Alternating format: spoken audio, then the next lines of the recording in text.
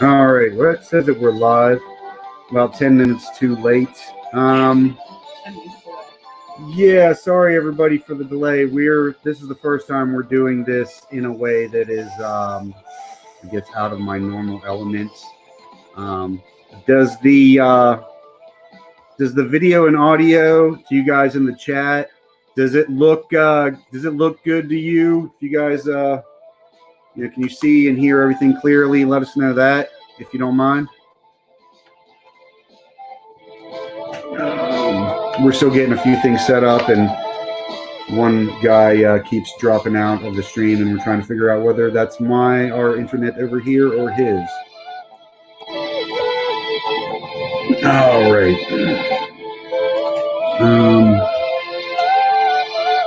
We're kind of just pre-showing now. All right. I saw a yay, so apparently we're at least live in a way that people can see us and hear us. According to Larry, you do amazing work, and he actually owns some and wears some. That's true. He does. That's Envy's dad. All right. To everybody out there, this is, as always, Bad Ankle Bill, your supreme fictator, the coming creative flow state, and a grammar communist, which is the only communist that I think is worth being. But my guest today might debate things like that with me, dangerous ideas, like, not having exactly the same opinion, so we can validate ourselves with each other.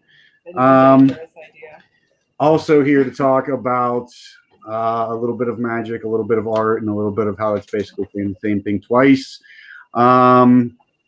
I said to her earlier, I didn't know what to call her. She said, just don't call me late for the witching hour. Everyone's favorite artist. My favorite Pagan. You haven't been to a dead supper lately, have you? And a good friend of mine, Amara _art on Twitter, Amara_art_official on Instagram. Amara, talk about yourself. Where are you online and what are you doing right now? I'm everywhere except YouTube, basically. And it's a lot to balance, especially right now because I'm about to launch my second Kickstarter for my second graphic novel. So in what day is today? See, I don't even know. 3 days from now. So that's what life is like for me. You're the one that you did last year was Electric Alice? That's right. Okay, so you have Electric Alice out right now, and that's kind of it seemed kind of like a techno psychedelic look at Alice in Wonderland. Yeah, it's a science fiction adaptation. So whereas the original version is weird in maybe a magical way, in a paranormal way, and this one's more weird in a science fiction way, I guess. Okay. If that makes sense. More Twilight Zone, less. And sorry if I'm being totally fucking impersonal while I'm trying to check stuff and ask you questions to start off, because that's rude. But I just want to make sure that everything is up and running, and I'm gonna have to tweet out stuff. The next one that you're doing is in the thumbnail, Blood Myth, correct? Right. Yes. Tell us about Blood Myth. Well, it's mostly horror, I guess, and not vampires. So blood drinking undead, but more from a magical. Okay, kind of like aspect, the separation between zombie and vampire in the traditional sense of before it was they're just ghouls. Right. Well, there are ghouls too. Yeah, everything was ghouls back in the day. Everything was ghouls and nothing hurt. So instead of it being like now we sort of treat it almost the way we treat the zombie virus, Yeah. It's something, vampirism, something you can catch, and this is I mean, it's not like Dracula because it's not like all of those that folklore and tradition. It's kind of my own. Okay. So Like, just if like I were to write the folklore of the vampire, how I would tell it in my own little world. yeah, like kind of like reimagining the mythology, or at least like remixing the symbols of Right. the mythology. Yeah, like even like one of the things that popped out at me today, that was I'm loving seeing the resurgence of like mashup culture again, where now it's this song, but it's actually this song, and it's like all of them have that same title, the but it's mashups, Right. you know, and so yeah, like I can appreciate like kind of being in a creative space where like now, even though I guess it's old enough in commerce that we can see how little we own it, I guess, and how much it's up for other people to take the pieces of culture that we make and re-put them together. As well with us tonight on the stream, and I apologize I haven't introduced you yet, Jeffrey Campos has kept dropping in and out, so I don't know if it's I don't know if it what's up on the internet. Jeff, this is Amara. Jeff is one of my clients, and a really good guy, a guy who has helped me out a lot, and he just dropped out again, and I feel terrible. We were supposed to have Mike on. I was talking to him right before we came up, and Steve might stop on later in the stream. Michael Kelly and Larry.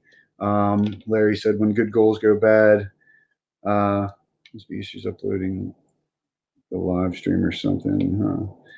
No, she keeps. Okay, I don't know if. Yeah, I don't think. I think he's talking about him dropping. I don't know if it's us dropping. Are we dropping on the stream, or did you mean that? Did you mean no, that? it just drops out. It must be my chi today. No, I'm trying to figure out in the chat whether it's us dropping or whether it's you dropping. Yeah, You know no, what I mean? I've been fine. I was going to say because if us dropping, I see it must be issues uploading the live stream or something. I don't know if it's us dropping, if it's on this end. Do you want me to just stay offline for a bit? No, it's because it's not on your end that's affecting it if it's dropping. Oh. And apologies if for kind of coming at this haphazardly. We were just like that's okay. We were just like we're still experimenting with everything. Yep. Let's see if you and Amara are steady. It's Jeffrey keeps dropping out. Okay, all right, cool. Yeah, the chat of from YouTube that doesn't hear. We solved the mystery. We are going. So I have a whole lot of stuff that I've been thinking about that I took notes on that I want to talk about, but like it was really responsible of you. I'm still trying. Well, I'm still trying to find the format because part of it is, and like while we're sharing the same mic, and so that.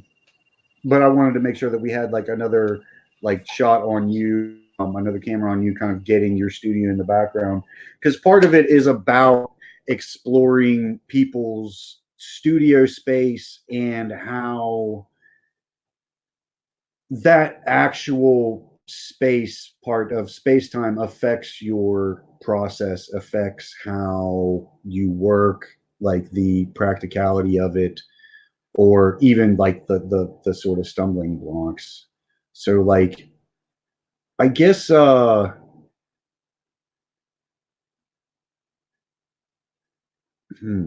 trying to think of a good question in terms of studio space. Like what do you think about like just the idea of like it kind of being a necessity for an artist to have that studio space, especially given both of our backgrounds in like magic somewhat, where it's sort of also considered sacred space. Sacred space for sure. Yeah. Like and that's entirely the point. You need a separate, dedicated space to work that magic, so to speak, whatever it is. If it's art, if it's music. Although, my husband shares this space also for recording sometimes. So okay. And well, but I mean, I think that's at least as adaptable as anything in terms of magic, because like the same sort of sacred space could be used to want to cause things of a variety to happen in terms of like what your intentions are in magic. So like it's not I guess it's not out too far outside the idea that like having a space, it's good to have it be a little bit malleable, like where you can kind of just reset things on the fly. Like even coming over and doing this was very much like, oh, we have no fucking clue what we're doing. You know what I mean? Right. But and I messaged Amanda earlier, and I was like, I'm going over to Amara's to do the stream. I said I'm nervous as hell. Like, and I'm laying in bed like and I'm like, this is what people don't see. They don't see you laying in bed with the covers all the way up over your head, going like, why did I want to do this again? Because this, I don't know, I'm just scared. Like, well, it's important to talk about it though, because I think a lot of people have the same feelings about like not being. I mean, really, just everyone has anxiety now. Yeah. About everything. Yeah. The world's falling apart, but you know. See, but that's where like I don't know, because I'm like, but is it? Because then like if you look at like you see stuff that comes out like statistics say everything is better than ever, and we're pulling people up out of poverty, or is it just that? Is that the process of rooting out sort of the poison in society? Is the view has to become even more from macroscopic to microscopic, and maybe it's just the stories we wouldn't see before, because now the bigger things are getting covered. We can kind of zoom in and focus more on these more personal situations. I feel bad that Jeff keeps dropping in and out. Michael Kelly says, what creates your sacred space that gives you the power to make it jump off the page, if I might ask? And Larry said that studio is a cozy place. So what creates your sacred space that gives you the power to make things jump off the page? Well, just like, for instance, if you have a sacred space, you cast a magic circle, all right? That's your place between the worlds. So that's your space to create whatever it is you want to create. And artists need that as well, because we really are kind of apart in a way from the rest of the world, the way that we think and the way that we behave. You know, a lot of us are a little quirky. So we kind of need that. Well, for me in particular, you know, I need that space where I'm safe and I'm away from everyone else and I can do my work undisturbed. But if I want to, I can invite other people in, you know, like you were here, you know, and it's kind of like a sanctuary. So because I let other people do work in here as well if they want to, and I, you know, sometimes do lessons and things like that. We talked a little bit about you wanted to do something like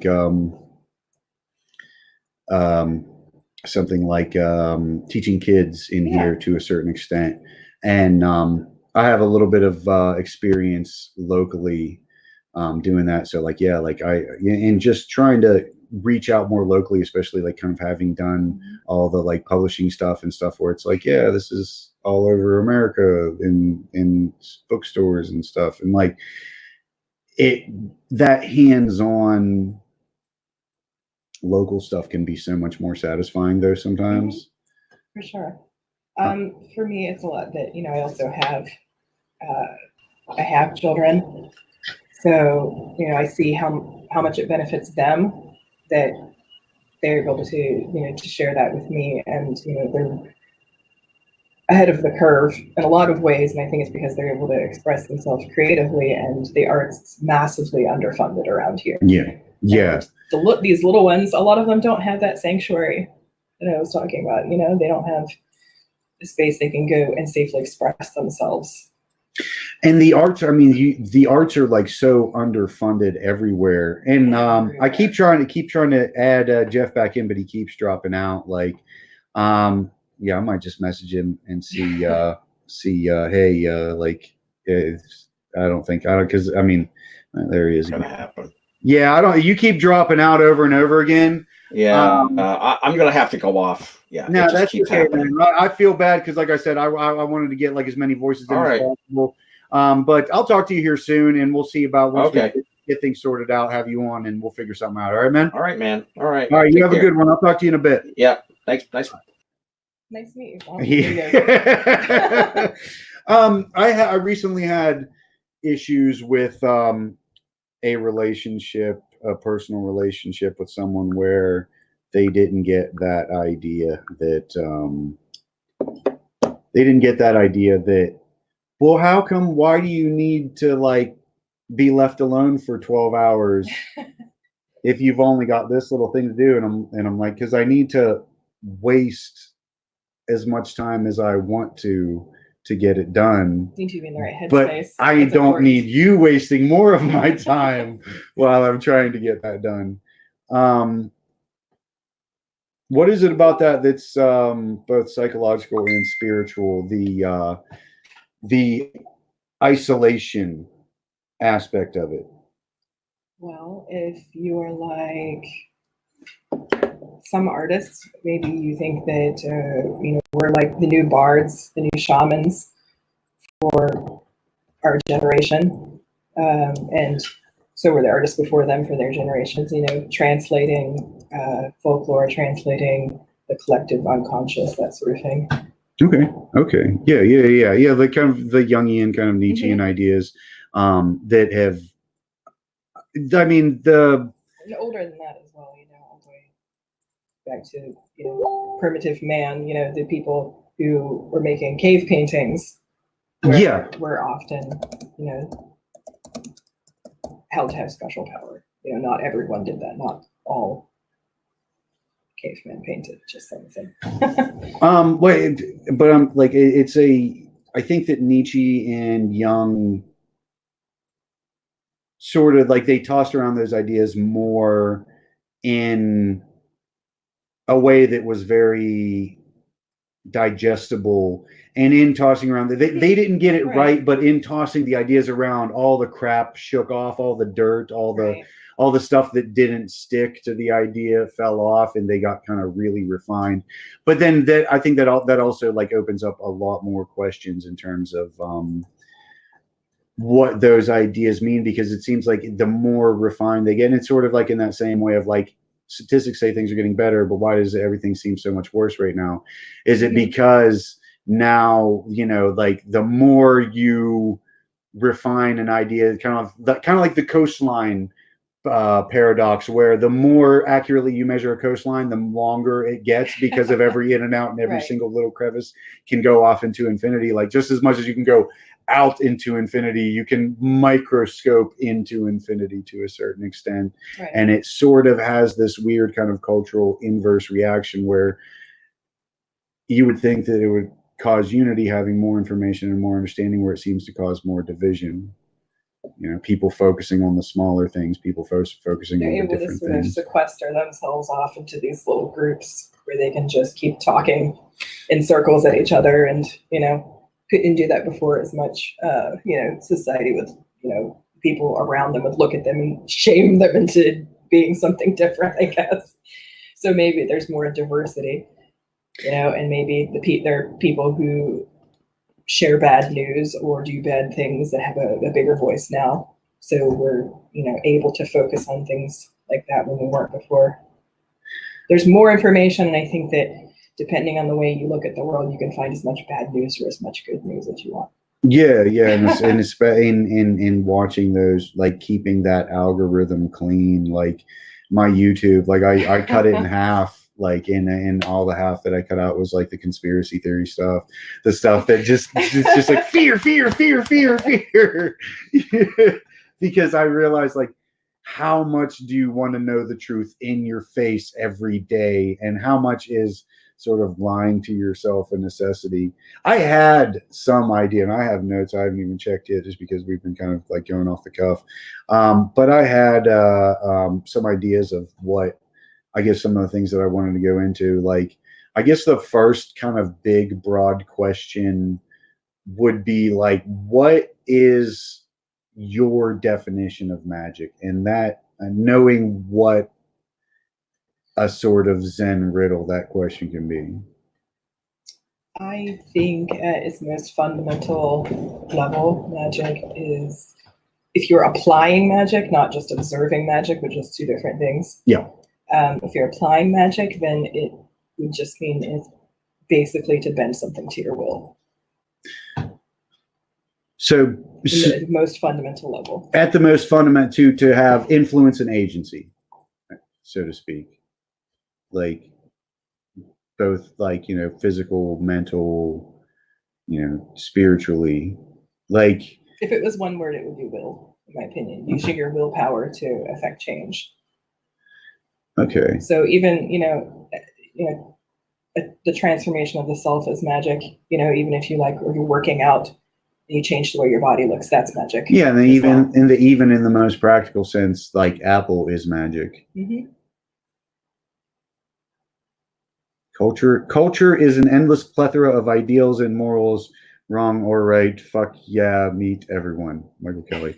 I agree with some of that. Yeah, like it's, but like I've also coming at it like spiritually lately. Like I've been meditating on like sort of that like holographic nature of the universe type stuff, simulation theory type stuff, and I'm like, how much of it is like, whether you look at it practically or whether you look at it spiritually or technocratically in terms of like simulation theory, it seems it's all just like a bunch of little units putting out like energy units of influence and ability to affect. But even when you realize that you can affect things, it's that you can't completely and totally control them. That I guess is the struggle, because you look at like, well, everyone's energy bouncing off everyone else's energy, everyone else's desires bouncing off each other, everyone else's intentions, and then not to mention the way they affect the physical world is going to affect that. So yeah, you can control things magically about as much as you can control your own life, which is huge. We're a lot more powerful than we give ourselves credit for, I think. Wasn't it the other day that she said something to the effect of like, we're all just a bunch of little gods, and like I said, yeah, like that Arcade Fire, I always love that Arcade Fire lyric. We're all just a million little gods causing rainstorms, turning every good thing to rust. Well, I guess we'll just have to adjust. Like it's and again, it's sort of that inverse meaning thing where like something is sort of a palindrome in meaning, in that it means the same thing both ways. Like how much of it is just choosing your perspective, because in a completely practical sense, it seems like it could be done very cynically and very atheistically, but even in that most practical sense, it's like the least practical thing to change your own consciousness. And like in terms of magic, my sort of loose map was always use it first to change your own consciousness, use it first, second to change other people's consciousness, and use it third to use the ability to change other people's consciousness to affect physical change in the world. Like that was like, those were to me like the most simple form of steps. And so where do you fall on using consciousness to change, using magic to change your own consciousness? I think that changing our consciousness has more to do with changing our environment than we think, honestly. Okay. I think that the furthest that we can change our own consciousness is through self-mastery. Yeah. I don't think we can change fundamentally who we are as a conscious being necessarily. Yeah, like you can't deny your nature. We can change our perception of ourselves. Yeah. But there's going to be a certain element of you that's just like, it's just there. Mm-hmm. As I always love the Alan Watts quote. Is it the irreducible rascality of humanity? It's just the word irreducible in that is that there's just an element of every person that is their own nature, that is their own irreducible rascality, that like you can affect and change yourself to a certain extent, but It's almost as if that part of us is just instinct. Yeah, yeah. It's like thought without thought, kind of, action without action. Like why comedy is so good whenever it's spontaneous. You know what I mean? Like you said, when I was saying, like, yeah, I just do stuff and then I go like, I have no idea what I'm doing, but let's see what happens. And then you're like, I plan everything 4 weeks in advance, and everybody RSVPs. I have all on my little calendars and schedules and reminders on my phone, like plans upon plans, and I write down all of my ideas and I order them. This is what's next, because I do it sort of in terms of like what's the most digestible bite that's next, like how much I can handle this now, and next time I'll be able to do more. Oh yeah, what's the next easy thing to do?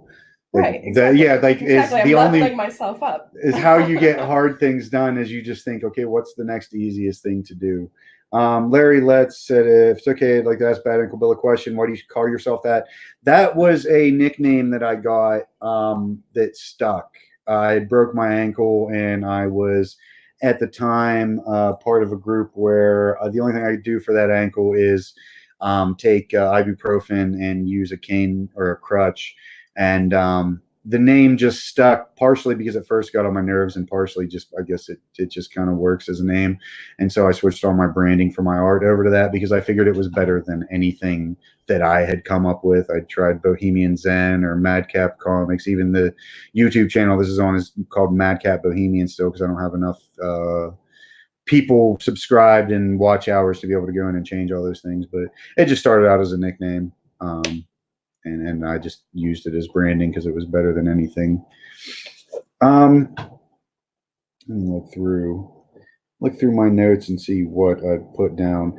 We talked about small business before, and how it is changing in the modern climate, where it's, before you would think people were like, small businesses are dying.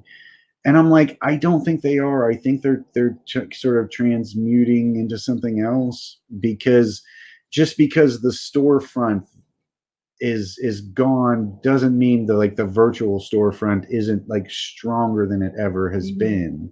I do this for a living, full time, pay all my bills with it. Right. You have been doing this shit longer than I have, like, or at least secretly doing it better before I met you, for much longer. What do you think about like small business and the way that it's moving online, and especially how that applies to creative stuff? I think that it's harder to own a brick and mortar business for a number of reasons. And I think that the internet is accessible and it's easy, and you can start so many things for free. Like Etsy's free. You just, if you sell something, then you pay them, Yeah. Or, well, it's like 20 cents for listing for 4 months for an item, and you might get charged that at some point, which is like $1 then maybe, if you don't sell anything. Yeah. So it's just more affordable for people, I think, and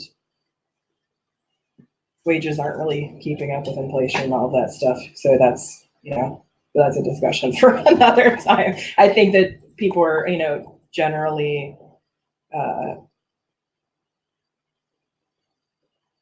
less able to compete in brick and mortar buildings with some of the larger, Walmart and things like that. Well, I think that's part of that is accurate, and I think a lot of that is also convenience. And, people are lazy, people want the cheapest thing. But I think part of it also is like the craftsmen in traditional times would have just been doing that craft out of their home, right?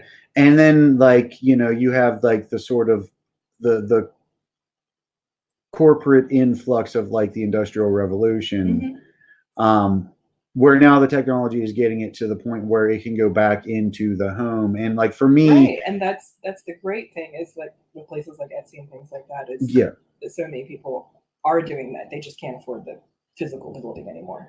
Yeah, and it's also, it's like, why have that overhead unless like having that overhead is going to be a boon to you just to have it to like to show off, or to like, you know, somebody told me to invest in studio space whenever I got things sorted out last year, and I was like, well, no, I don't really need to do that. I don't need a brick and mortar kind of storefront. Right. You know, nobody's going to stop in really, except for maybe out of a strange curiosity. But for me, like I always say, like, I don't have much, but I don't have a boss, and you can't buy that. I wouldn't buy a boss if I could. like the I'd buy an assistant. it's sort of that 4-hour work week kind of ideal of like how much of what you're doing to make money is just making money on the things that you only spend on because your life is not holistic enough for you to not be able to buy enough distractions to go into debt. Does that make sense? Too much stuff that you don't need. Yeah, but you only get the stuff because you're working in a way that is so separate from your life, right. And it's so cold and artificially lit and impersonal that it breaks away at our, like, I think at us on like a human level, like at a very, very like core human level. Well, not that everyone's a hoarder, but like the reason that people who hoard do that is because they're missing something emotionally. And I think people who are overly materialistic in general the same way, which I probably think that a lot of people are overly materialistic, but I like people who buy art and buy books and things like that. Let me see if I can turn my key. And I'm a little bit materialistic when it comes to owning certain physical things like books, for instance, and like artwork. But I think that those things actually do directly bring you joy, which is different than like, like 30 pairs of shoes and I need my shoes to say a certain thing on the side so that my neighbor knows so that they can be mad about it. Well, I don't know. And you can admire the artwork of a certain fashion designer, don't get me wrong, but I don't think that's why people are doing it. Well, no, I mean, I always joke with people that, like, that, like, brands are for cattle, right? Like, that, like, the brand and brand name clothing is a reference to, like, being branded, like, like, if you're cool with that, that's okay. And I'm not going to judge you for being cool with that. But, like, we do know what we mean by brand name or the brand. You know what I mean? Like, if you're wearing somebody else's brand, you're branded, You're at least advertising for them. Yeah. To advertise for them, which is odd. I have both the cameras down for a moment, just messing around with this Fist of Justice piece. I want to talk about it a little bit on here. Because, how do you say? I think it's Fist of Justice. You're really showing us the fist there. Yeah, well, I wanted to start out with this glove. I just got some interesting conversations surrounding this character. Like, nothing set in stone, but the guy who runs digital webbing asked me the other day, because whenever I found out that they were going to be bringing it back, I was like, oh, I would totally love to be a part of that in some way. So I was like, okay, well, I'm just going to draw this character. And right as I was like just getting the reference out, Ed asked me, like, hey, would you do a sort of just a test sketch of Fist so that we can see what it would look like if you did it? And the funny thing is 15 years earlier, I had submitted to take over these shorts in Digital Webbing Presents, and the book as it wasn't like a whole book on its own at the time, but part of an anthology. And it's like it went from, like, over the course of 15 years, it went from, oh, sorry, we're not interested, to, hey, can we see what it looks like if you draw that character?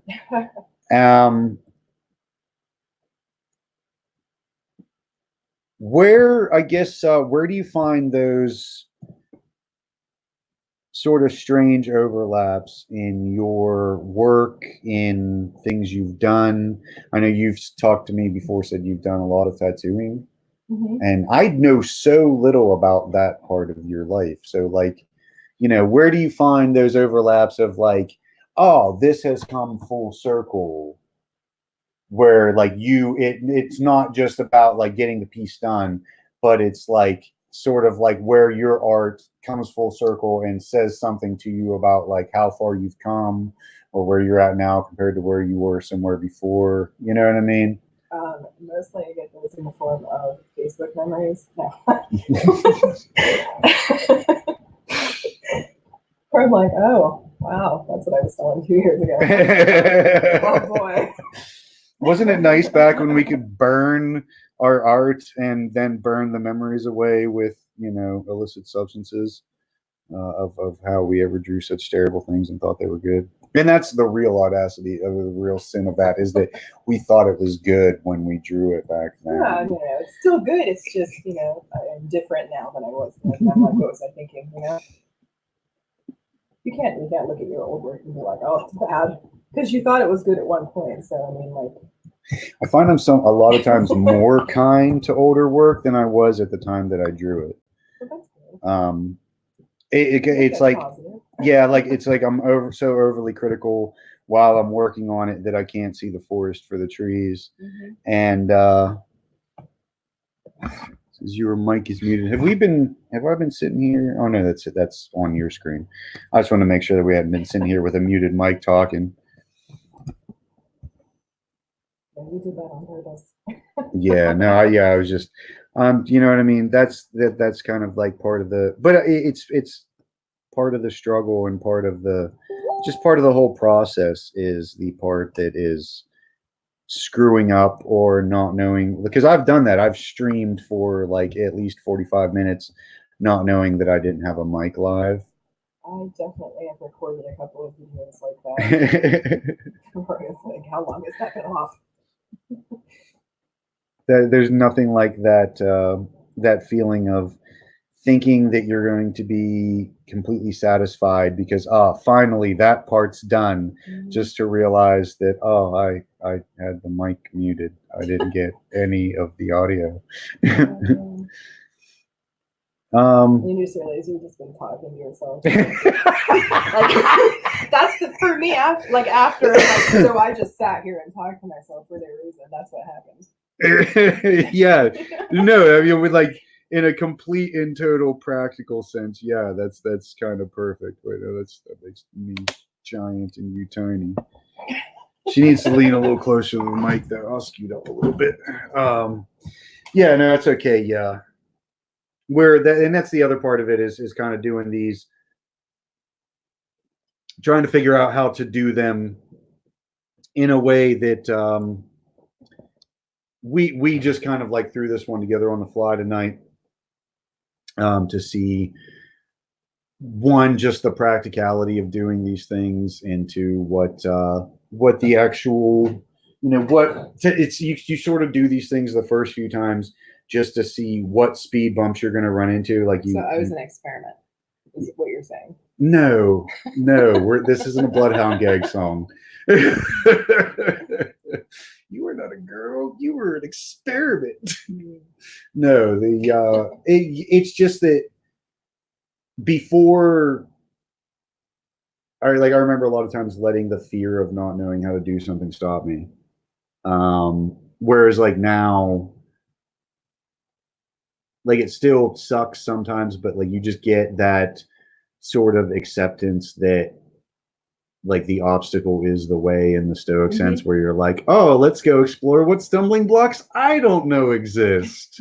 I think I've always been a learn as you go sort of person. Anyway, if I wanted to create a certain type of artwork, then I'd be like, I guess I have to learn how to airbrush, or I guess I have to learn how to oil paint or whatever. Yeah, add that back in. My mic or my camera might be like a little bit of a fucking awkward upshot, but so I can work on this at the same time while we're bullshitting. What do you think about an artist, sort of where art and commerce overlap? There's this play it safe mentality, especially with social media.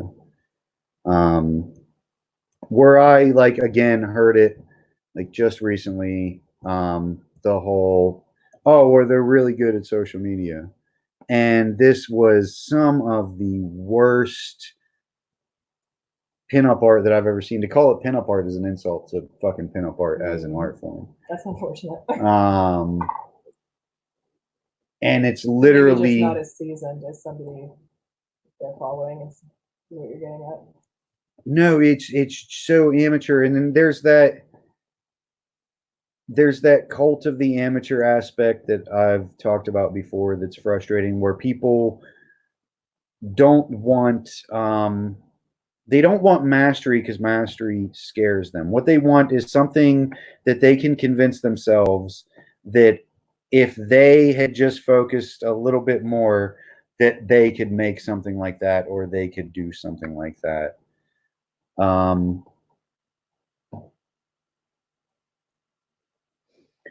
there's that, I guess, where art and commerce overlap, there's this sort of negotiation of like, be yourself and be an artist, and like everything that people make romantic about that is also the stuff that corporations tell you don't do that on social media.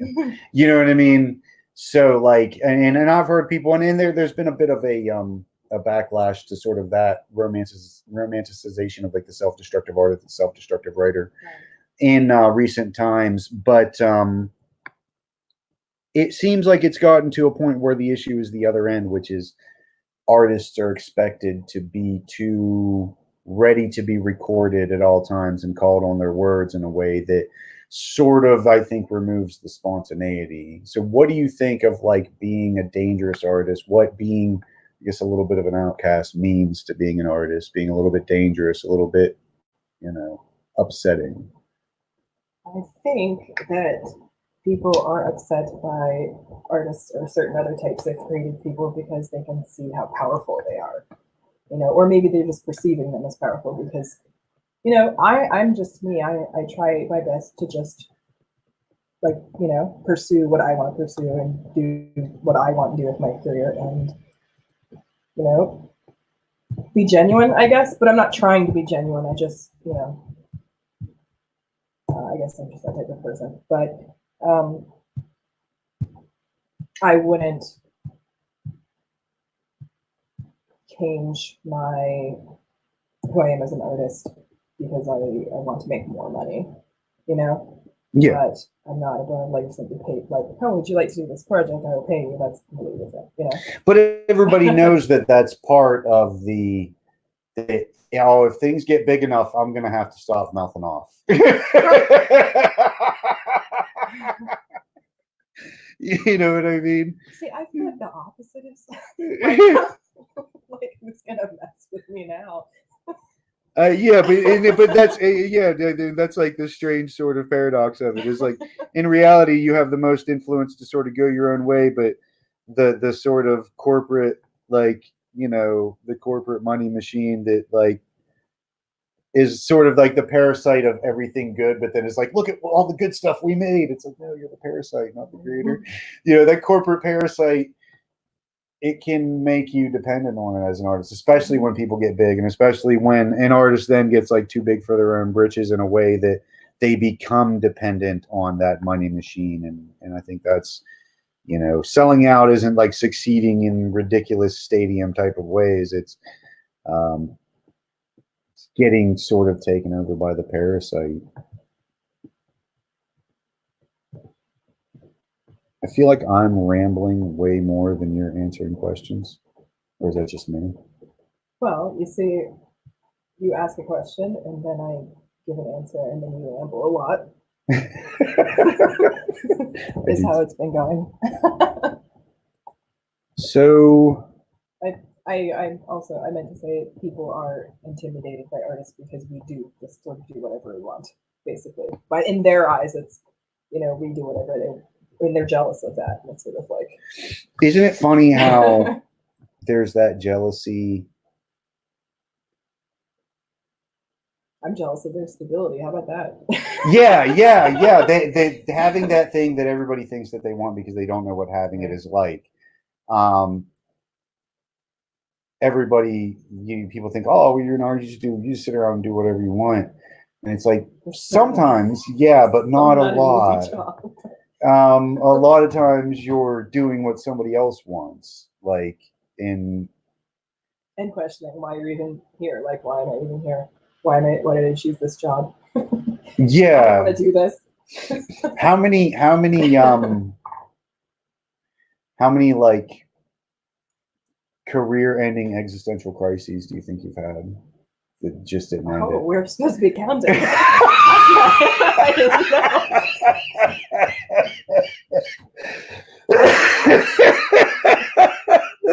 Good answer.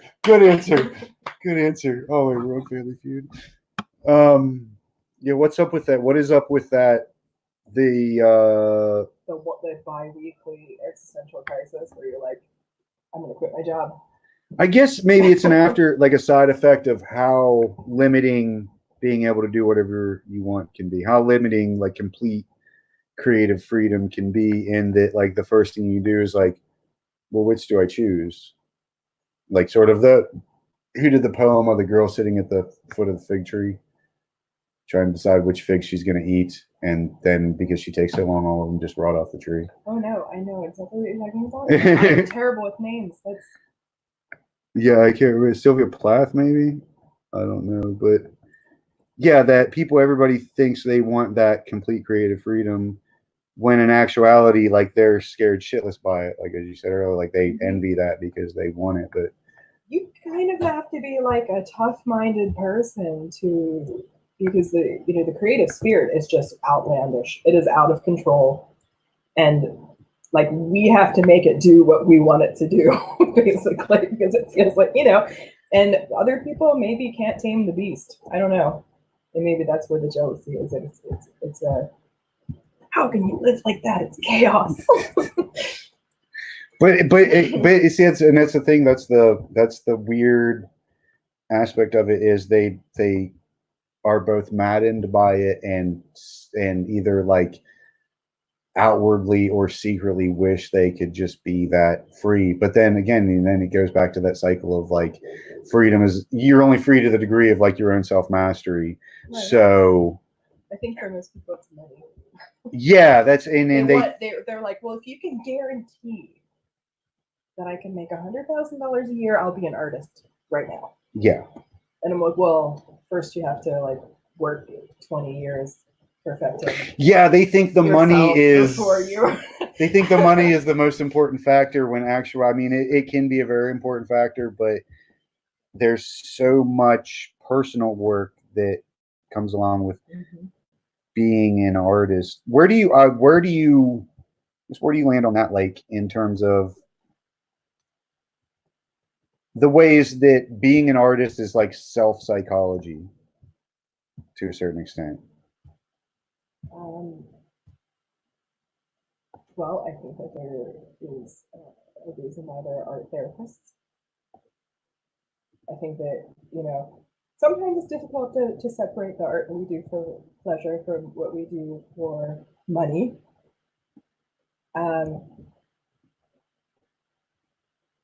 But I think just the act of creation is therapeutic. And I think that learning the willpower it takes to do a job like this, you have to discipline yourself. You have to be tenacious. And those are things that I think can help people in any career also. But I think we do a different process than other people. I think just by creating, we're processing all those feelings. Like, we know basically, a pretty accurate reflection of our own mental state is how productive we are. and the type of work we're creating. When like money and notoriety are the only traditional markers for success, Which is unfortunate. and especially whenever it comes to creative stuff, but you can understand why, you know what I mean? Like Right. it's it's not, and I always joke that like the only people who bitch about sellouts are the people who are trying to sell something that nobody wanted to buy into. But yeah, there's unless you make it really really big, there's no marker for success in that. Like if somebody goes to school to be a teacher,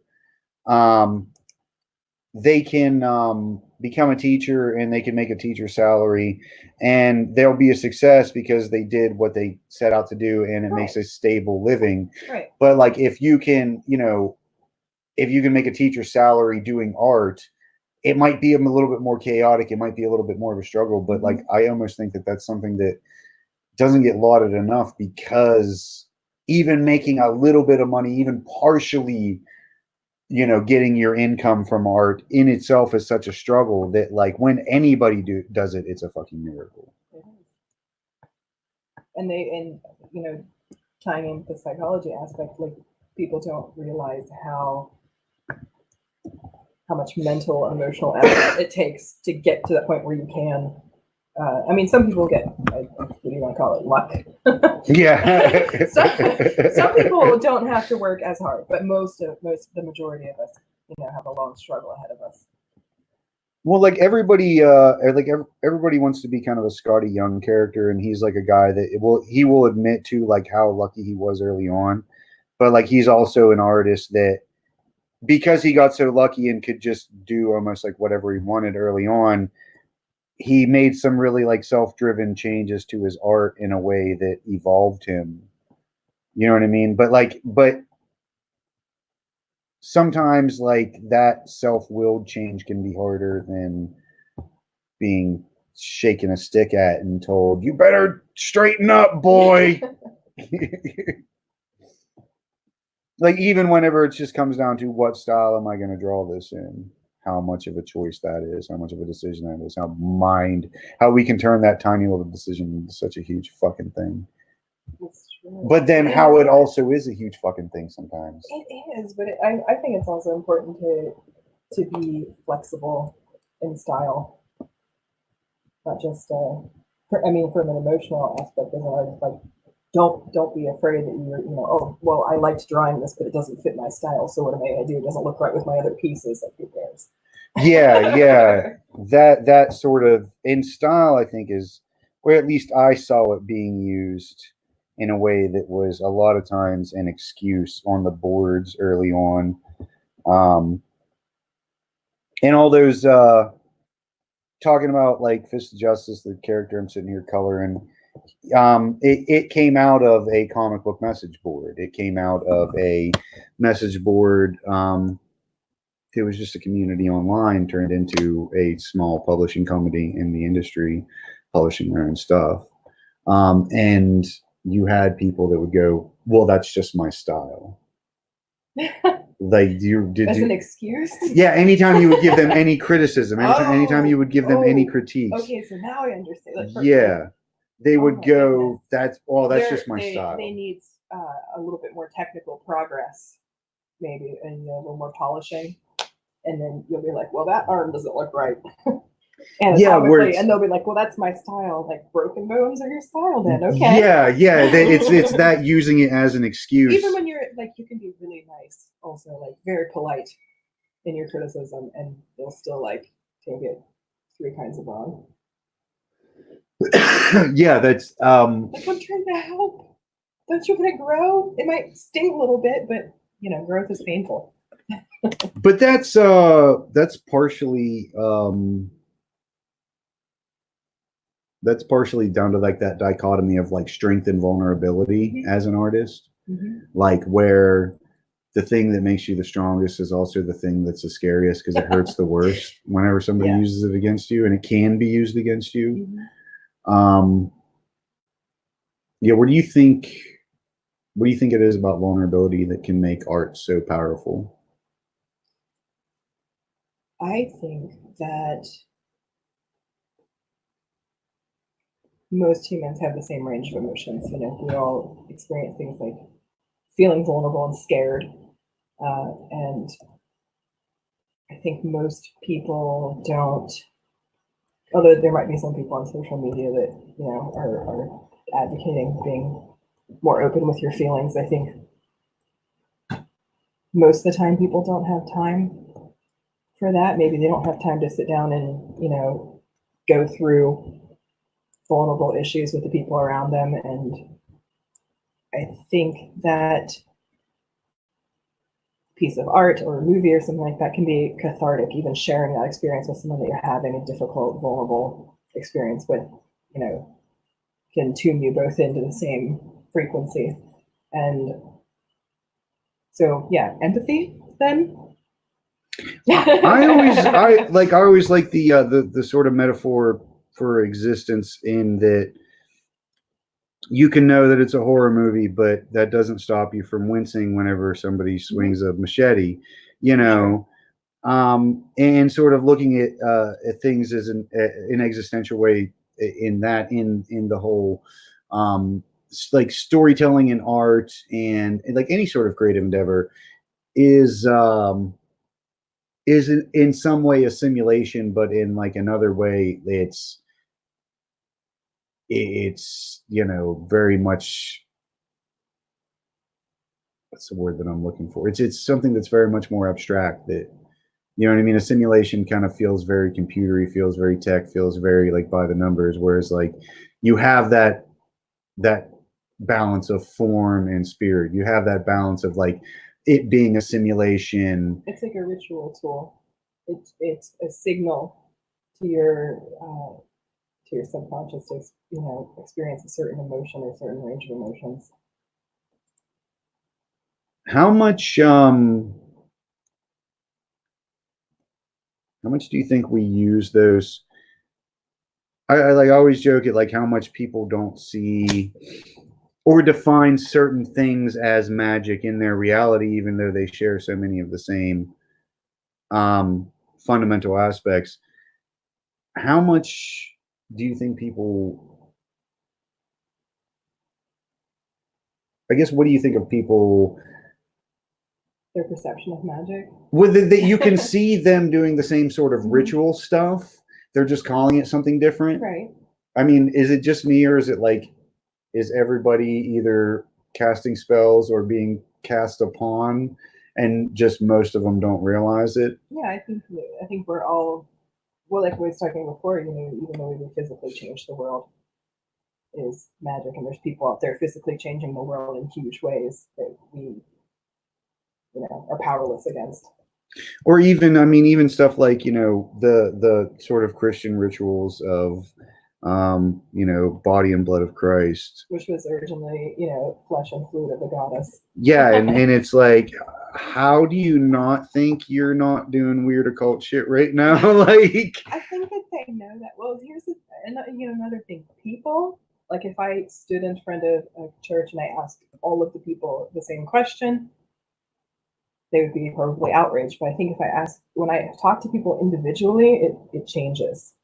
You know, most people that I've met, you know, if I say, who believes in magic on Facebook, I'll be like, you know, maybe a handful of comments or whatever. And then, but if I talk to each of those people individually, I can guarantee you that everyone has had an experience that could be considered magical or paranormal. Or yeah, spiritual, you know? when you say everybody has they're had less it, ashamed when you're one-on-one, you know. just nobody's calling it magic. And they might not, yeah, they're just calling it that weird that thing that my grandmother believed. You know, yeah. Drop a knife, get money. I don't know where that is, but in my house it was drop a knife. If you drop a knife, gonna get money. Drop a knife, get money. Where the fuck, you know? As Doug Stanhope puts it, I hit myself in the foot with a shovel for your mortgage. How does that even work? I think especially in rural areas, you get a lot of that. I mean, I grew up around like basically witchcraft my whole life. Yeah. You know, and not my whole family's not pagan either, mind you, and they're not all acting like what they wouldn't call themselves witches. I guess, you know, we had water witches in the family, and then we had, you know, people who used the herbs that grew around you know, oh, you know, you can eat this plant, and you know, this one will, you know, this one's a pesticide, and this one's this, and this one's that, and But it was like so normal, but it's but so but at the much of same magic time, is it's that like, anyway. Be right. like, and we've had the discussion before of like I came from the tradition of like chaos magicians where it was just like punk rock, make up your own rules, do stuff and see what happens. And then you see what happens, don't you? that's what I was and then, as I have joked with you many a times, the next step is message Amara and be like, Amara, I did something. Why did it do this? But so much of that knowledge and so much of that formalism is such a part of systems of magic, and an important part that you'll learn, especially when you don't do it right. Right. Well, it's the magical version of, you know, I jumped in this puddle. Why am I all wet? Yeah. You know. Yeah, the sort of the practicality of it. And I guess like the same thing could be said for art, in that like people are like, what's the secret? And I'm like, the process, literally the process of doing it. Get obsessed with that, and then you'll figure it out. Mm-hmm. But nobody wants to hear that. Like the secret is just literally just doing it. Draw 10,000 eyes. Yeah. Yeah. No, I meant that. And for anyone who's listening, if you haven't done an eye 10,000 times, you've not mastered it. Yeah. But that's the thing. Is it just sort of indicative of culture right now that we have that sort of everybody wants to get famous for nothing? It's easier, I guess. Or they think it will be easier. They want to be the lucky one, I think. Yeah, I mean that's like but luck is nonsense. Okay, so what is we were a generation raised on the monomyth, or at least the generation like just trickling right behind us is raised on the monomyth, especially with Harry Potter. Like, has the monomyth turned where once it was something useful, like something that could be built on, but now it's just like everybody thinks they're fucking Harry Potter when most of them aren't even a Weasley? But you know what I mean, though, I think people enjoy imagining themselves as everyone. I mean, everyone's special and no one's special. There's nothing special about me. You know, I'm a human being. I'm in the universe. I'm not even a speck. But I think that if we have to experience things from our own personal self point of view. I think it makes us feel better to feel like we're here for a reason. Keeps us sane. And I think that some people like to imagine that they're here for a better reason than the process. But I mean, I always like Robert Anton Wilson's definition of magic, in that he said magic is a system of fucking with your own nervous system until the impossible becomes possible. That sounds like drugs. Huh? That sounds like drugs. But I mean, I've like, without the use of substances, or like not the use of like a strong, but I kind of know what he means by that. But like, then how much of it is just you could take that and you could run with it cynically and say, oh well, it's just your brain filtering out. But what does that do if that's what it is? What about the circumstances that surround your brain filtering, or your body's just doing this or doing that, and that's what you're experiencing? Like when people have near-death experiences and they're like, oh, they see the light at the end of the tunnel, and they say, oh well, that's obviously that's something that's happening in the brain, and the same thing happens to everyone, and try to demystify it instead of just enjoy it. It's magic, just enjoy it. But what I mean, but why do you think that's such a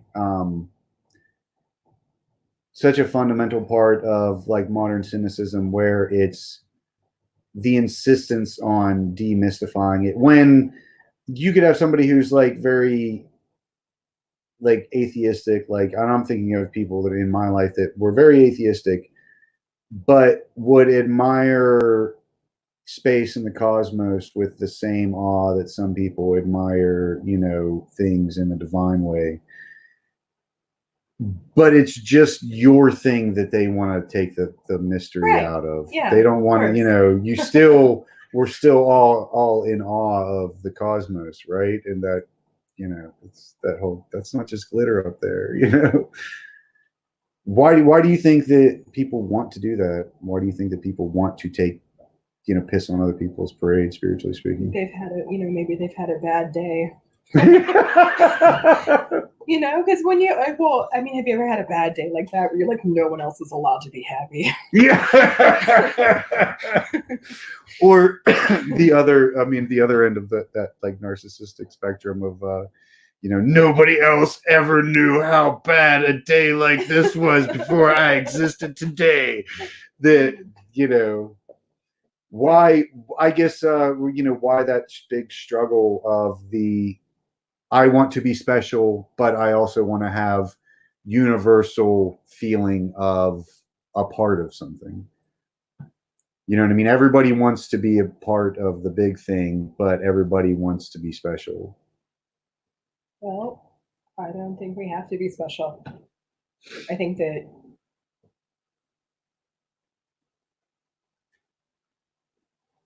how we affect the people around us and how we affect the people that we interact with and people that see our art and share the things that we create. Yeah. Those are the people who, they'll be like, that person was special. But if you feel sort of entitled to be special, it changes the whole meaning of that message that you're putting out there. I don't think we need as much ego as we have. We don't need to be special. I agree, like taking on the, sort of in the way Grant Morrison talked about, the end of individuality is neurosis. And that was probably like a decade ago that he gave that disinfo speech. But do you think that that's just like, because I've been I guess looking at like binary systems in existence, like at the existential level, like not like how binary is such a loaded fucking term nowadays. But sort of that, like, positive, negative, liberal, conservative, flexing, contracting. There seems to be that sort of that binary system, and even in that, people wanting to be special, but also wanting to be a part of and have that universal feeling that art gives us. What is up with the binary? What is up with binaries for you? I think that you want to be in between those. As an artist, you want to be somewhere, not like, necessarily ideologically, specifically, or anything like that, but you want to be the bridge.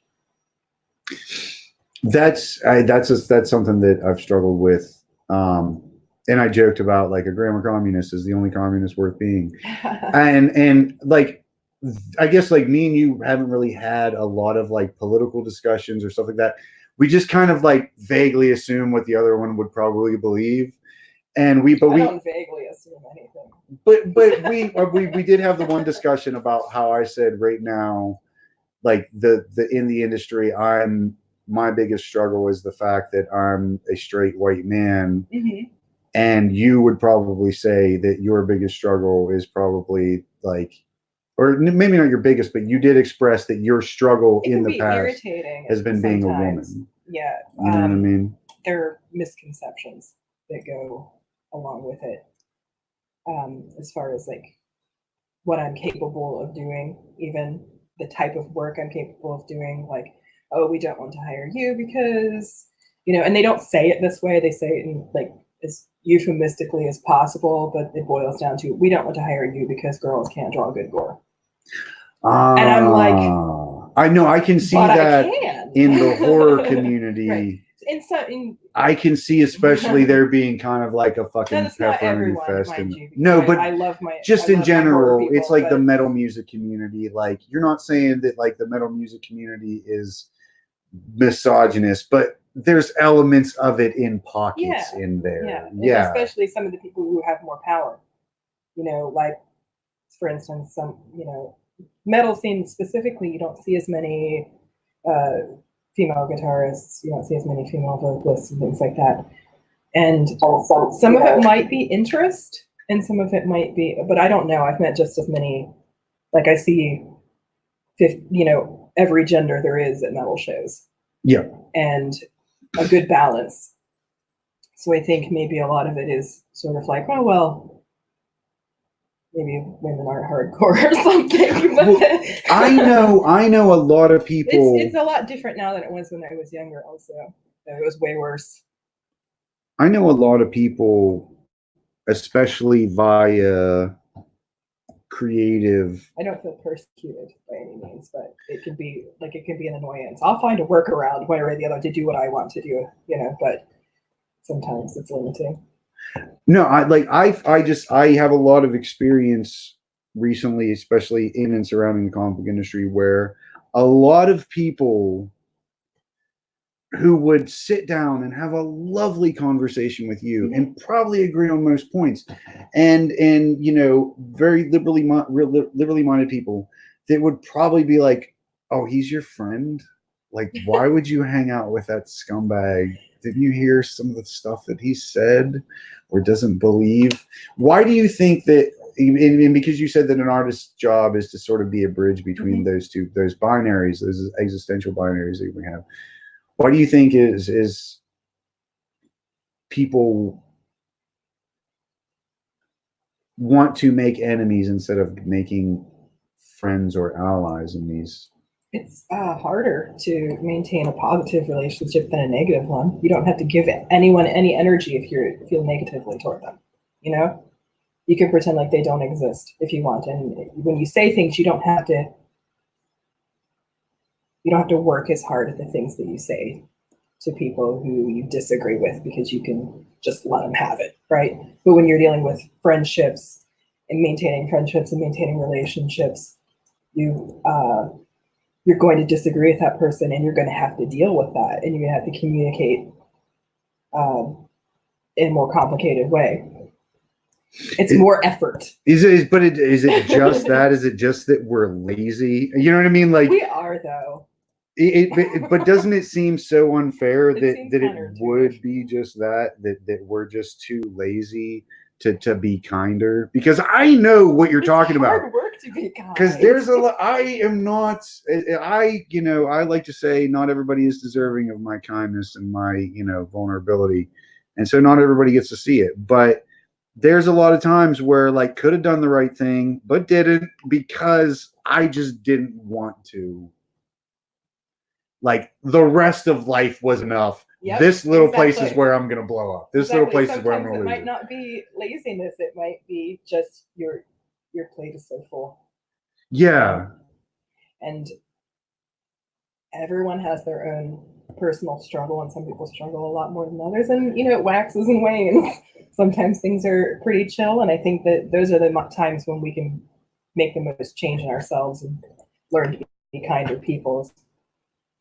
When we're having a good week even. But I mean, it's as you put it earlier, not everybody gets the opportunity to be vulnerable. Like, for some people, it's just not even an option. And I like how the way you pointed that out in the conversation. Like, it wasn't even like the main point. It was just something you kind of threw out there, but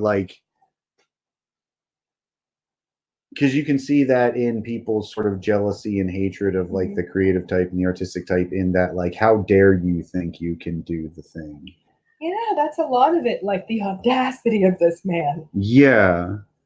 Drawing pretty pictures for money. And only because, but I've seen it in myself too, in terms of being jealous of other people that are in the creative arts and in creative business, making their money in a creative way, some way, and being jealous. We can't escape that as artists. They're all jealous of each other too. Well, I say they because I'm not jealous of other artists. I'm jealous of their money sometimes. but I try to be, supportive of all of that, and be excited for my friends when they have success. But I think there's a lot of jealousy even among creatives, and I think it's sort of leaching in from the outside people, because there's pressure to you know, you have to be a big success or you're not a success at all. I don't know though. Like, is it? I mean, like, I'm not 100% sure that it's leaching in as much as it's leaching out from just the how much it fucking sucks to be human. Like, we're all greedy, we're all jealous, we're all the terrible things about being human, just like on a spectrum. You can't have all those dialed up to 11 and expect to like get by in this day and age. People are going to shit you out of fucking society, you know. We kind of have our, I think a lot of artists experience things a lot more intensely as well. You know, everything's magnified through your lens. So that would be a thing that you think, like, maybe like why, when, especially whenever like as artists we think of like the us and them, like we're the artists, we're the weirdos and you're the normies. Right. You know what I mean? Like, I meet people all the time who are like, "Oh, I used to draw when I was younger, and then I don't anymore." Yeah, well, yeah. I wonder what happened to you, because I think we're all creative. All of us, we're little baby gods. Well, you see, like for me, it's like trying to break down like what are the elements that cause us to feel that way, like as creative people. Why are we the ones that stand up and say, "How this is what I'm going to do"? But I'm also a guy that says a lot of times I think I feel things much like I look around and I see other people just kind of dealing with shit, and I'm like, am I just on what is it me? Is it because like did somebody turn my volume all the way up and then break the knob off? Because you know, and having that feeling like where, you know, the I guess literally feeling different because of the inside. You know what I mean? Well, I know that everybody on Facebook thinks that they're an empath. But something. I'm sorry to half the girls on my Facebook friends list that I'm nice to because they're cute. Part of being, creative being, and part of why I think we're all creative beings, is that we do feel things more intensely. So are we an artist first, or are we, an empath first? What came first, the chicken or the egg? Well, I mean, I'm interested in the artist as shaman, and like the shaman would be someone who talks to the spirits. The shaman would be the one that can like feel the spirits, and you know how much of that like would be interpreted modern day as mental illness.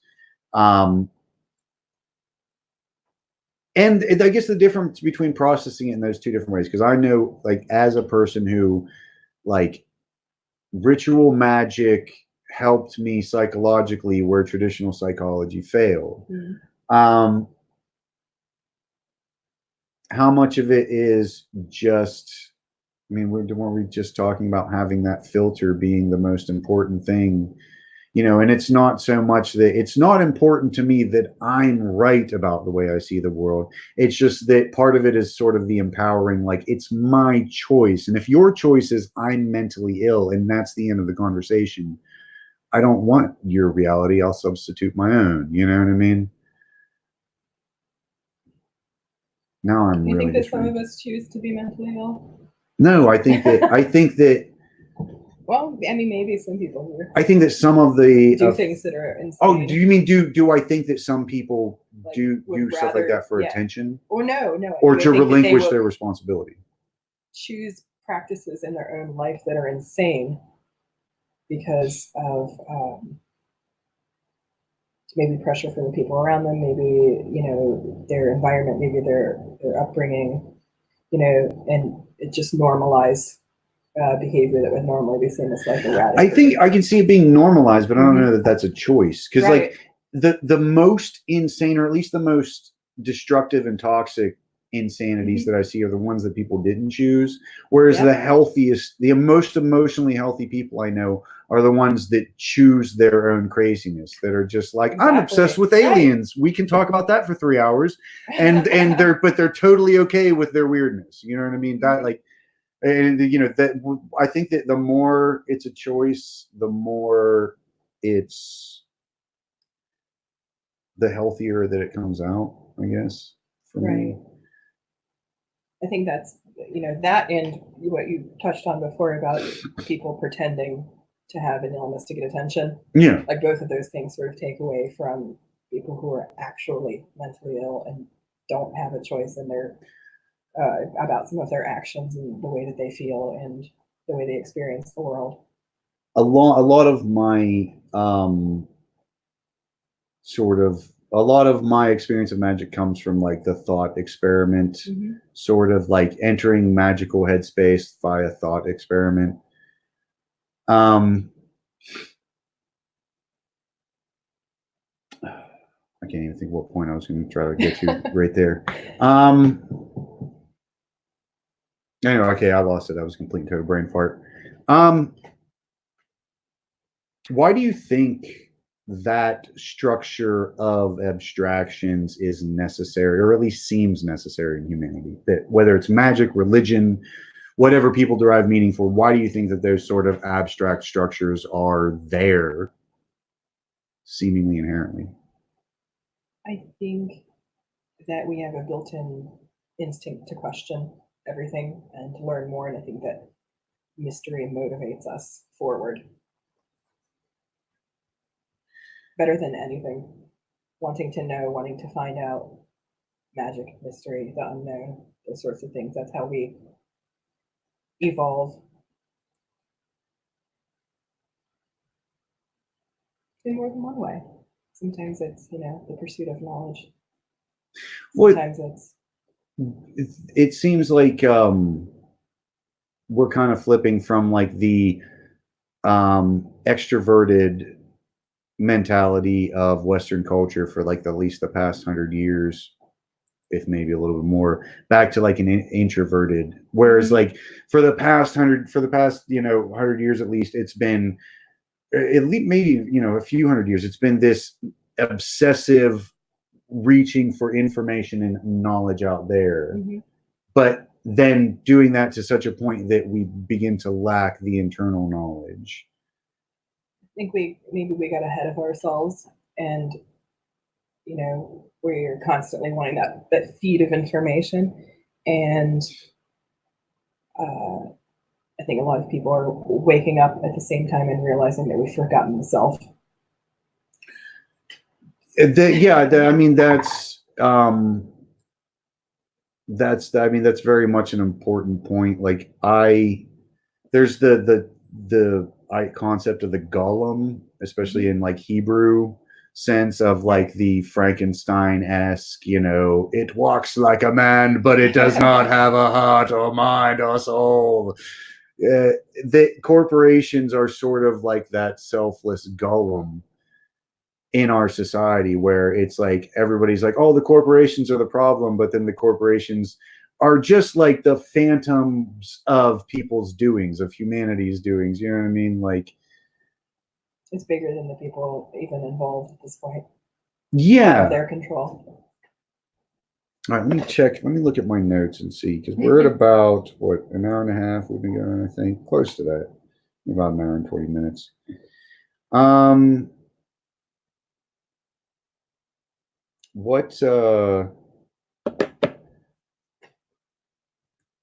I asked you before about like, hey, would you want me to put some of this stuff in front of this publisher or that publisher? And you've always been very much like, no, thank you. Like, you seem somebody who's like has reasons to be apprehensive about wanting to fuck with at least the business or the bureaucracy of publishing. Like what would you say on that? Just like, bad experiences in the industry, or does it go back to just like what we talked about how it's, for some people it is that boys club, and is it about controlling your own properties? That's a very big part of it, is that when it comes to my work, I'm a little bit of a control freak. I want things to be just the way I want them. And also sort of like, well, I don't know if this publisher would like me. I don't know if I'd like them. I don't know how they're going to present my work. Yeah. I don't know. I see some of the other stuff that they've made, and I'm like, why would I belong there? And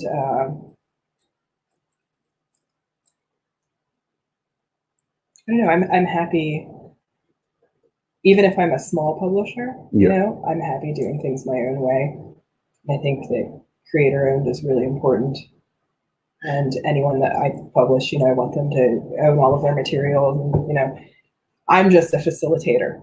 I would just be someone helping them get it to print. Yeah, I know that I've had my fair share of cynical experiences in the industry. Like I said, I was just saying, you know, the other day, after like a decade realizing that, you know, this industry is now more about being, you know, good on social media for a hot minute than it is about like the mastery of cartoon. Up our signal? I don't know. I'm not sure. It looks like something. I think we're popping back up. Hopefully, yeah, I saw it black out a couple times. But It's a popularity contest. let me see.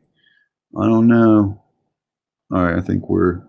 I don't know. I think I might be breaking down a little bit. Yeah, a little bit glitchy. I'm not sure if it's going to stay that way. It looks like it's smoothing out a little bit. I guess where do you see like where's your price where you would be like, oh, that would be worth all the bullshit that I would have to put up with. You know what I mean? No, it looks like we're dropping out again. Yep. You know what? I think you want to just end it on that if it's starting to glitch out a little bit. Just because like, yeah, I don't want to lag too much and I don't want to keep you up too late. But yeah, I guess it looks like maybe it's starting to smooth out a little bit or not. I don't know. Right now I have some of your links in the thing, but you've got the Kickstarter for Blood Myth coming up. Yes. Okay. When is that going to be up? January 15th. January 15th. How long of a campaign are you doing with this? 30 days. 30 days. Yep. I've been wondering that about whether to, with Thunder Chickens, do 30 days or 60 days. Do you think? In my personal research, 30 days, 15 to 30 days performs better than 60 days because there's a sense of urgency. So even for us, like a single issue, you might be able to do a quick starter, do 15 days. So like, yeah, like that whole, those first like 5 to 7 days are your most important because it's, you have to reach a certain momentum by that point. So I would say no more than 30 days. Okay. It might work differently for different types of products. I know some people have extended their campaign, but I think that perspective, you know. I think that was to reach like stretch goals, people that funded enough to they were already funded and they were like, let's do a little more. Yeah, and you know, maybe that's part of it. Maybe it's just, you know, a matter of some people have this idea of like, oh, there's one way to do these campaigns and this is the way, and like it's becoming, there was an old joke about like anytime someone would find a way to break into the industry, they would like put like bricks and mortar to hold the patch that way into the industry up so that nobody could break in the same way twice. And it feels like it's that way with crowdfunding to a certain extent, where it's like there's maybe maps you can use, but like ultimately there's always the guy that comes up with the new thing that like hits off for a reason nobody can figure out. I'm not really big on stretch goals either. Also, I like to keep it simple. I want to be able to play with them only because like if we can extend it into getting the whole first 5 issues done, then that's ideal. That's what I want to get done. You know what I mean? Like, but like I'm going in saying like I've got this issue ready to print and I want to build support for it and let's see what happens. You know what I mean? It looks like we've smoothed out. I haven't seen it drop out a couple times since then, since it dropped out a couple of times. I think that's a solid plan in your case. Especially because you already have the book ready to print. Where else are you online? On Instagram, you're both Amara _art_official and Conjure Comics. Is it Conjure _comics? Yes. Okay. Which is just, so tiny right now. It's got like 10 followers. Yeah, I know. It's like you're branching into the comics and the publishing aspect of that, and I've seen some of that on your group on Facebook. Other than the upcoming Kickstarter, where can people get Electric Alice right now? Nowhere right now. It's out of print at the moment, but Okay. in March it will be back in print, hopefully permanently. Okay, Because excellent. I'm investing in my own in-house comic book printing equipment.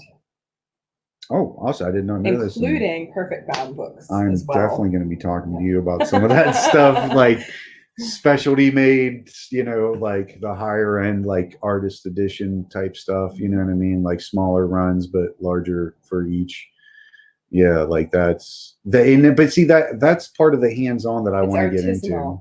Yeah, but that's the part that I want to get. I want to get more hands-on with aspects like that. I don't want to just send files away. It's that punk rock spirit. Like I'm all about doing it with my own hands, and Yeah, and those elements are the stuff that gets overlooked. But like sometimes that's where the real quality comes out. Is like when you see like, oh, somebody paid this much attention. I mean, I don't know if you ever like picked up like some old underground comic book that's like stapled together. It's been photocopied. I have a few of those kicking around here. There's a Twitter feed called "Everything Was Zines and Nothing Hurt." So yeah, like I love I'm definitely I've definitely been on at least the fringes of like the zine culture, and the self Xerox, self photocopied, self printed off my printer with this paper stock kind of creation. I mean, especially at conventions, because you see so many people that make their sketchbooks like that they just make it on their printer, but with different paper stocks and make it work. That DIY punk it's all aesthetic. the same stuff. There's like just smaller versions for home. So other than those great big like Heidelberg pictures and all of that, I won't be having one of those in here. Now it's not too bad. Like I mean, I paid like $200, I think like maybe $275, $280 something altogether for mine for like the whole setup and even extra ink. And it's it does the job. Like it's not. I think it's just the technology speeding up to where, like we said at the beginning, where you can just bring it back into the home, and you don't really have to have the storefront. And I can get any types of inks that I want. I get any type of paper that I want, and normally like what would I have done like 10 years ago? Order it from my catalog. I have no idea. Yeah, everything's just so much more accessible. Like I can get, I can use archival inks. In the refill kit in any printer. Now you just get the ink. Yeah. And continuous feed systems, so you don't have to change your cartridges. It just keeps on going. Yeah. There's and then it really feels like you're a real printer sometimes, but it's like this crappy little I'm a real boy. Where else are you online? I know you have the Etsy up, and that's what Conjure Arts. Conjure Arts. I always say I'm going to yell at you like I yell at everybody else. You got to unify that branding. You've got to be the same. People are lazy. I am and stupid. No, I'm trying, but but no, I that's the only thing that I've done right is switch everything over to Bad Ankle Bill. Right. Like where it's the same everywhere, because people don't want to work. You have to make it as easy as possible for them. I'm supposed to have like a small unified group of items, social media for Conjure Arts, and then for myself. Yeah. But Facebook will not let me convert what I want to convert with no explanation, and you can't contact anyone either. It's just like, how about them apples? I'm like, okay. Yeah, that's I had the list of it looks like we're still going pretty smoothly over there. I had the list of that I'm gonna save for another stream. I think I'm gonna wait till I can get maybe Mike Exner on to talk about I have a list of terrible things that I've done in the comic book industry over the past decade that are kind of funny to me. And one of them was this guy tried to be a huckster to me for color in his book. Mm-hmm. And so whenever I quit, not only did I like just give him like the big like fuck you and blocked him on everything, but he had made me an admin on the page for his comic that is like the perfect URL name, the perfect everything, the perfect one you would want to have for your book.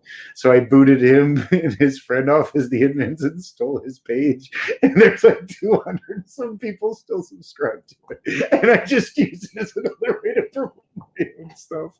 I know people in like metal bands who have done that to each other, but like I've never met an artist who's done that.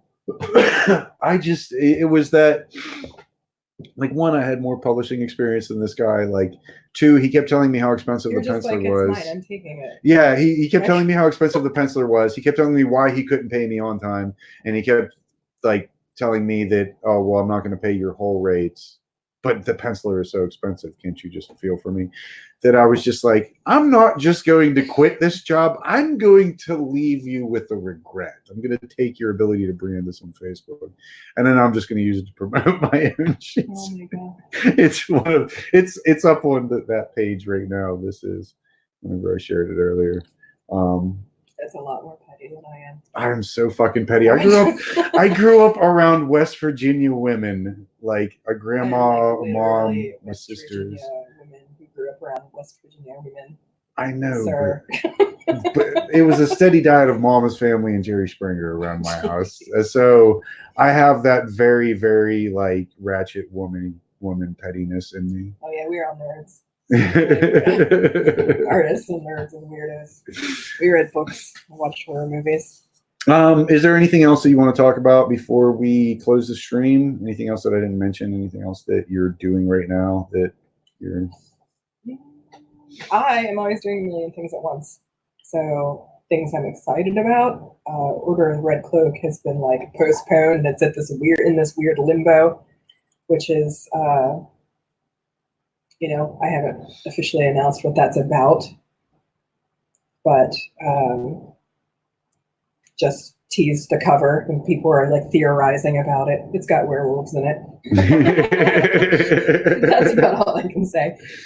But that's been in limbo, so I'm hoping, shortly after Blood Myth, I'll have another comic series starting. Michael Kelly said, one last question. When's the next stream? That I don't know, but we're going to be doing another one of these studio times with another friend of mine who has a craft business called Who Gives a Craft. My friend Sika, and I'm trying to do it where we can sort of get me out of my space and into somebody else's sort of creative space and talk to them through there instead of just the separation of being online in our own safe little places. Like, I carried my little lap desk over here in my bag, and even if I've got to go out and like pound pavement a little bit to like go into somebody else's space, but I want to get you and Sika on a stream sometime as well, even if it's you just to make everything work a little better, even if it's like in different locations. I can do either. I can, yeah, because I up virtually or physically. Well, because I mean, we had technology. Jeff kind of popping in and out, and then I have Mike, and then I have the other Mike, and like all the voices that I have on here are like in my corner are all like white men, and I literally want to get like as many different as many different types of people and as many different opinions as I can. Plus, I just think that you and Sicko would like bounce off each other in a way that would be entertaining. But it'll be sometime this week. I'm going to be scheduling with Sika to be going into her studio. The only thing I had a problem with was I couldn't. Whenever I tried to go to your Facebook page, it said this page does not exist. Do you still have a Facebook page up, or did you switch the Amara art over to Conjure Creatives or Conjure Art? Okay, so that's what I was talking about earlier. The Facebook page is Conjure Comics, and they won't let me change Amara art at the top. The title, they won't let me change the title, even though the URL has already been changed. Oh, okay, so the URL is still the Amara on your timeline in the little preview where it says your social media. Right. So when I clicked it, it doesn't go to the Conjure one now. It just says this page does not exist. Yeah. So you need to change that. It's Conjure Comics, but they won't let me change the actual name of the Yeah, page. yeah, it's like That's YouTube. That's the only thing I haven't been able to switch over to Bad Ankle Bill. I'll keep trying. Eventually, it'll happen. But yeah, looks like it said Amara _art on Twitter, Amara _art_official on Instagram. If you got here via my social media, then you'll see me sharing your stuff whenever you're doing the Kickstarter. If not, is there already like a preview page up for the Kickstarter? No, not yet. Because Okay. I'm a terrible procrastinator. Okay. Well, look up if you're everything's ready. It's just not, ready. Look up Conjure Comics on Facebook, Amara Art on Twitter and Instagram. And definitely follow her. Again, this is like somebody who, like, not just in terms of art and stuff like that, but like I mean, I was just over here the other day acting like a big wussy, like wimp over my BS and being like, Amara. Use those words around here. I know, but you've not just been like this like creative person that's local that like I admire and respect, but somebody that like, you've become a good friend and someone that like, yeah, like the spiritual stuff, it's very much like, Amara, I did something, I need to complain about it to somebody. And you're always the person who's like, yeah, this is how you're really supposed to do it. This is what you're actually supposed to do, Bill. You should read more. Here's a book. Did I give you a book? You can't track of everyone I give books to. No, I have one of your occult books, The Witch's Shield. I think. Oh, see, that's for shielding. Yes. Yeah, which you need To protect myself from myself. Protect yourself. Yeah, mostly from you. From what but I do. also, someone else's errand nonsense as well. But yeah, okay. Larry, Michael Kelly says peace. Larry says see you soon. There was somebody else who had popped up in the chat for a second, but they didn't stay very long. Some lady, Caleb Kismet. I don't know who Caleb. Amy Butler. I don't know if you know. But yeah, thank you. Names, thank you to everybody who tuned in and checked it out. And if we were a little awkward and stilted this first one, that's just from working out some of the kinks. And I just talk like that. I just talk like that. Yeah, I mean, yeah, like I sometimes whenever the character breaks for me, like it's like, hey, let's pretend I'm high energy and not in a really bad place right now. People like that YouTube personality, like, yeah, but you get those points where it's like, what was I gonna say? Brain fart. But yeah, we're still trying to work out the kinks of just figuring these out, both on a technical and kind of format way. As always, much love and infinite mojo to you if you are listening to this, watching this, and even if you aren't. And super profundo on the early eve of your day. All right, ending broadcast.